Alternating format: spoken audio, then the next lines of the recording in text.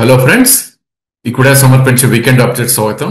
ఇక గత 11 వారాలుగా మార్కెట్స్ ఏవైతే కన్సాలిడేట్ అయ్యాయో ఈ వారం ఒక క్లియర్ బ్రేక్అవుట్ మనం చూసాం. సో నిఫ్టీ పరంగా మనం చూస్తే కనుక 25,250 ఏదైతే ప్రీవియస్ స్వింగ్ హైస్ ఉన్నాయో ఆర్ 25,222 ఏదైతే మల్టీ వీక్ హై అంటే 11 to 12 వీక్స్ హై ఉందో అది చాలా చాలా క్లియర్ గా బ్రీచ్ అయ్యేసి 25,640 అరౌండ్ క్లోజ్ అవుతుంది చూసాం. So one of the biggest green bar మనం చూసాం 11 వీక్స్ లో. సో 24,820 లో and 25,654. So close to about 820 points వరకు కూడా ఈ వారం లో టు హై మనకి క్లోజ్ అవుతుంది. ఆఫ్ కోర్స్ ఓపెనింగ్ మనం చూస్తే కనుక 24,939 దగ్గర అయింది అండ్ మేబీ 100 పాయింట్స్ డిప్ వచ్చినాక చాలా చాలా ఫామ్ గా బుల్స్ టోటల్ కంట్రోల్లో ఉన్నట్టు ఈ వారం మనకి నిఫ్టీ క్లోజ్ అవుతుంది. సో నెక్స్ట్ వాట్ అనేది మనం చూడాలి. సో నెక్స్ట్ 1 to 2 వీక్స్ లోనే మేబీ ఆల్ టైమ్ హై ఏదైతే ఉందో 26,277 ఐ థింక్ లాస్ట్ సెప్టెంబర్ లో రావటం చూసాం. అది ఈజీగా కాంకర్ చేసే ఛాన్సెస్ ఉంటుంది. ఎందుకంటే ఎప్పుడు కూడా ఇంత కన్సాలిడేషన్ తర్వాత బ్రేక్అవుట్ వచ్చింది అంటే కనుక ఫాలో అప్ బయింగ్ అనేది ఉంటుంది. మేబీ నెక్స్ట్ వీక్ కొద్దిగా కన్సాలిడేట్ అయ్యే ఛాన్సెస్ ఉంటుంది బికాస్ 800 పాయింట్స్ పెరిగింది కాబట్టి. ఆ నెక్స్ట్ వీక్ మళ్ళా ఇంకో 600 పాయింట్స్ పెరిగింది అంటే కనుక we're there at all time high.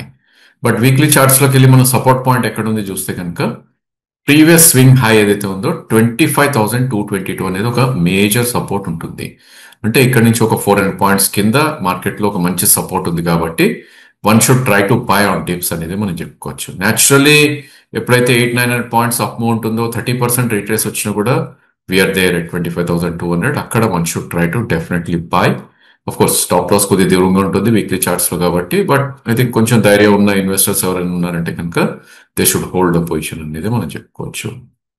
ఇక స్టాక్స్ లోకి మనం వెళ్ళి చూస్తే కనుక I think most of the sectors and stocks అన్ని కూడా గెయినర్స్ కానీ ఎక్కువ నిలవడం చూసాం except for few IT and probably auto names అని చెప్పొచ్చు. ఆఫ్ కోర్స్ డాక్టర్ రెడ్డి చాలా చాలా లాంగ్వేజ్ గా ట్రేడ్ అవుతుంది లాస్ట్ 2 to 3 వీక్స్ నుంచి. సో గెయినర్స్ మనం ఫస్ట్ చూస్తే కనుక జియో ఫైనాన్స్ అబౌట్ 9.9% గెయిన్ తోటి ఈ వీక్ హైయెస్ట్ గెయినర్ గా నిలవడం చేసాం. దాని తర్వాత అదానీస్ గ్రూప్ స్టాక్స్ కూడా అబౌట్ 6 to 8% మధ్యలో పెరగడం చేసాం.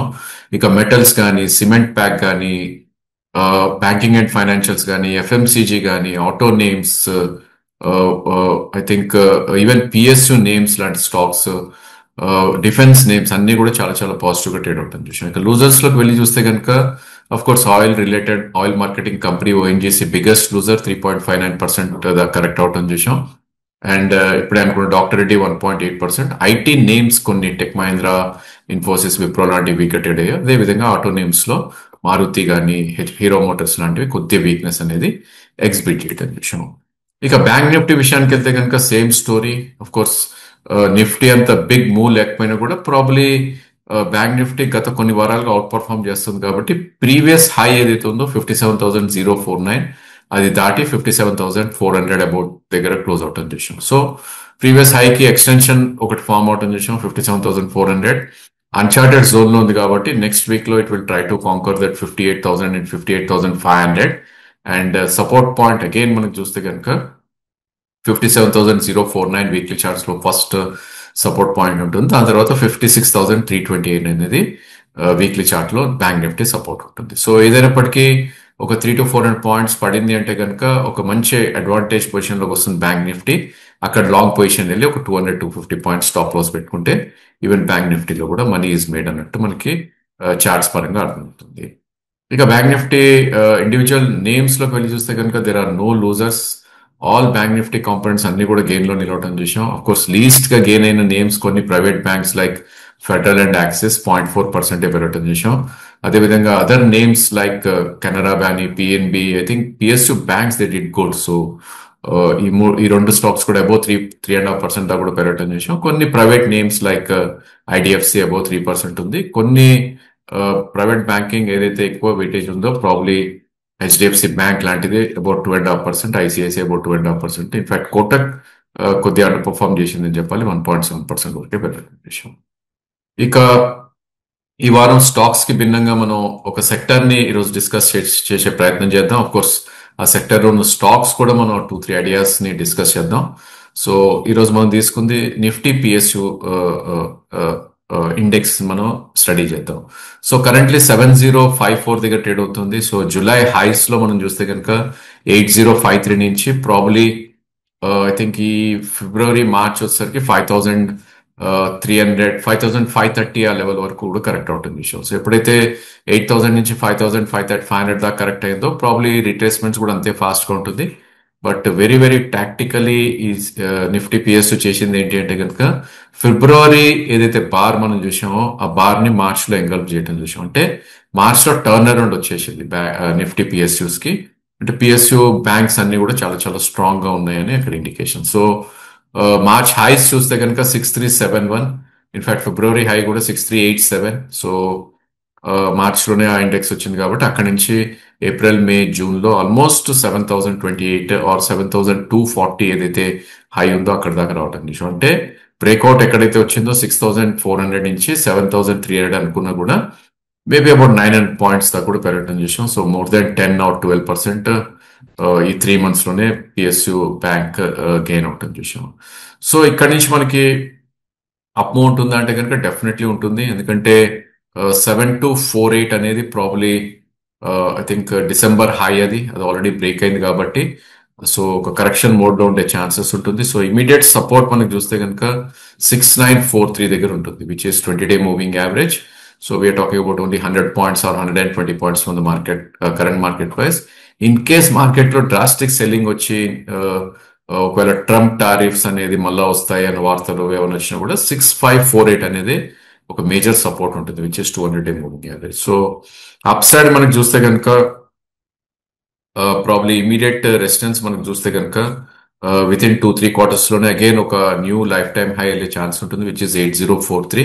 సో కరెంట్ ప్రైస్ నుంచి 1000 పాయింట్స్ అప్ మూవ్ ఉంది. అండ్ ఫస్ట్ సపోర్ట్ పాయింట్ కి మనకి అరౌండ్ 150-200 పాయింట్స్ డౌన్ ఉంది. ఇన్ఫాక్ట్ సెకండ్ సపోర్ట్ పాయింట్ తీసుకున్నా కూడా 500 పాయింట్స్ కింద సపోర్ట్ ఉంది కాబట్టి 1:2 రిస్క్ రివార్డ్ ఉంది కాబట్టి ఈ స్టేజ్ లో కూడా one should try to watch the index. ఎందుకంటే దీనిలో మనం ట్రేడ్ చేయలేము, కొనలేము కాబట్టి ఈ స్టాక్ ని వాచ్ చేసి దానికి రిలేటెడ్ నేమ్స్ ఏవైతే ఉన్నాయో వాటిల్లో probably one should try to take the positions అనేది మనకు సజెస్ట్ చేస్తుంది. సో వాటిల్లో మనం ఈరోజు 3 స్టాక్స్ ని తీసుకోవడం జరిగింది. First is Indian bank.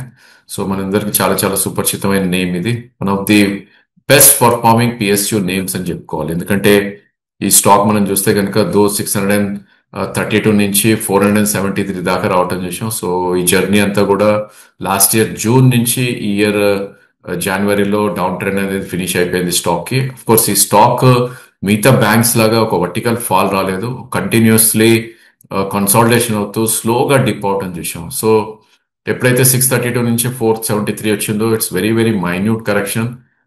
వేరే మిడ్ క్యాప్ బ్యాంక్స్ కానీ మిడ్ క్యాప్ స్టాక్స్ కానీ ఎలా అయితే పడ్డాయో అండ్ అంతే స్పీడ్ గా విత్ ఇన్ 4 months లోనే ప్రీవియస్ హై ఏదైతే ఉందో 632 అది కూడా క్రాస్ అయ్యి 658 కూడా ఒక హై ఫామ్ అవటం చూసాం. సో అన్చార్టెడ్ జోన్ కి వెళ్ళిపోవటం చూసాం.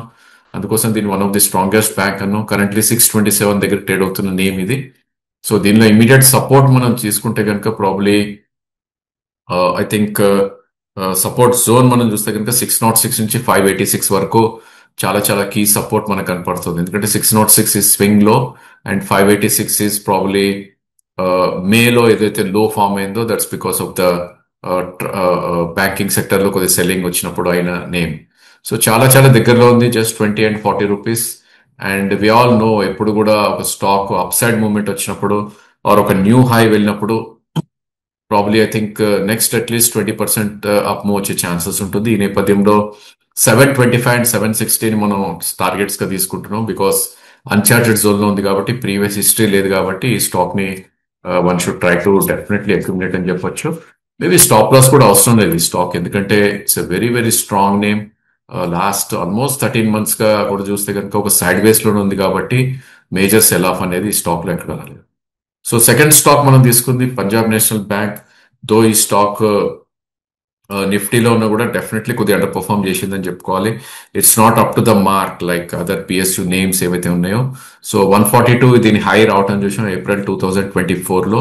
సో అక్కడి నుంచి ఇది స్లోగా డ్రిఫ్ట్ అవుతూ ఆర్ ఒక వర్టికల్ ఫాల్ కూడా మనకి రావటం చూసాం. ఫిబ్రవరికి అరౌండ్ 85.5 దగ్గర ఒక బాటమ్ అనేది ఫామ్ అవటం చూసాం, ఇన్ఫాక్ట్ మార్చ్ లో. So very large pull back రావటం చూసాం. సో అప్ ట్రెండ్ లో ఎప్పుడైతే ఇది స్టార్ట్ అయిందో అరౌండ్ 85 నుంచి విత్ ఇన్ 4 months ఆల్రెడీ 112 దాకా రావటం చూసాం. So it's very very far from previous swing high 143 ఏదైతే ఉందో.